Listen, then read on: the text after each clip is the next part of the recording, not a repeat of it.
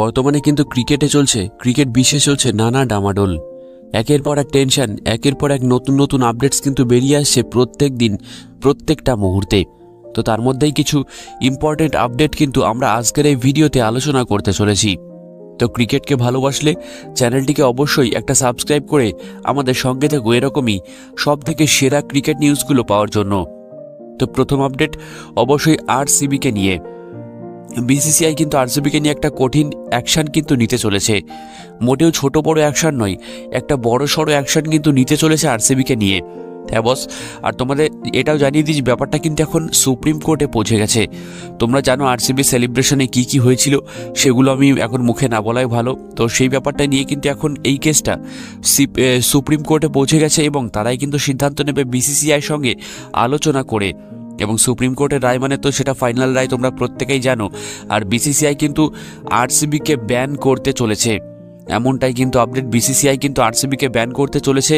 IPL 2026 থেকে হয়তো ban হতে পারে আরসিবি, সেটা 1 বছরের জন্য হোক, 2 বছরের জন্য হোক, 5 বছরের জন্য হোক, সেটা হয়তো আমরা জানি না। তবে হ্যাঁ, ব্যান কিন্তু হতে পারে রয়্যাল চ্যালেঞ্জার্স ব্যাঙ্গালোর।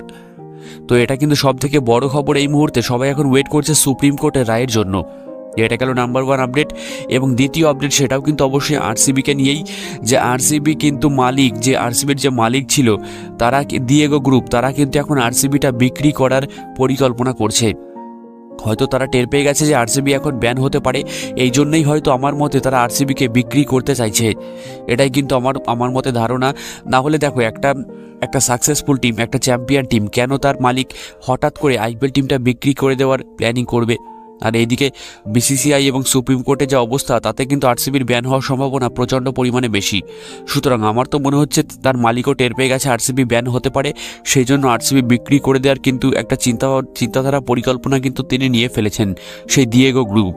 যাই হোক, এটা গেল দ্বিতীয় আপডেট। এবং 3 নম্বর আপডেটের যদি আমি কথা বলি, তাহলে সেটা হচ্ছে অবশ্যই কলকাতা নাইট রাইডার্সকে নিয়ে। কলকাতা নাইট রাইডার্স আইপিএল 2026-এ কিন্তু তাদের ক্যাপ্টেন পরিবর্তন করবে, এটা 102% কনফার্ম হয়ে গেছে। এতে কোনো সন্দেহ নেই। কেকেআর ম্যানেজমেন্ট কিন্তু অজিঙ্কা রাহানের ক্যাপ্টেন্সি নিয়ে খুশি নয়। তারা আইপিএল 2026-এর অকশানে একটা বড়সড় পার্টস নিয়ে নামতে চলেছে। যদি ভেঙ্কটেশ আইয়ারকে রিলিজ করে, আর সেখানেই তারা পেয়ে যেতে পারে একটা টপ ক্লাস ক্যাপ্টেন। তারা কিন্তু অজিঙ্কা রাহানের ক্যাপ্টেন্সি নিয়ে খুশি নয়। এটা ছিল কেকেআরকে নিয়ে এখন সব থেকে বড় আপডেট, যে ক্যাপ্টেন তাদের পরিবর্তন হবেই, 102% কনফার্ম। তো এই 3টে ছিল আজকের সব থেকে বড় আপডেট। সঙ্গে একটা বোনাস আপডেট যদি তোমাদের দিয়ে রাখি, যে ঋষভ পান্থ কিন্তু ইংল্যান্ডের বিরুদ্ধে নামার আগে চোট পেয়েছিল প্র্যাকটিস সেশনে।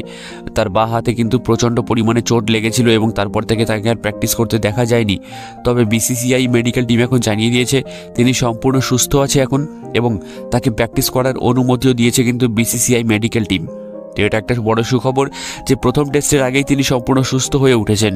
তো আজকের আপডেটসগুলি কেমন লাগলো ভিডিও নিচে কিন্তু অবশ্যই কমেন্টে জানিও। সঙ্গে ক্রিকেটকে ভালোবাসলে চ্যানেলটিকে অবশ্যই ছোট্ট একটা সাবস্ক্রাইব কিন্তু করে দিও।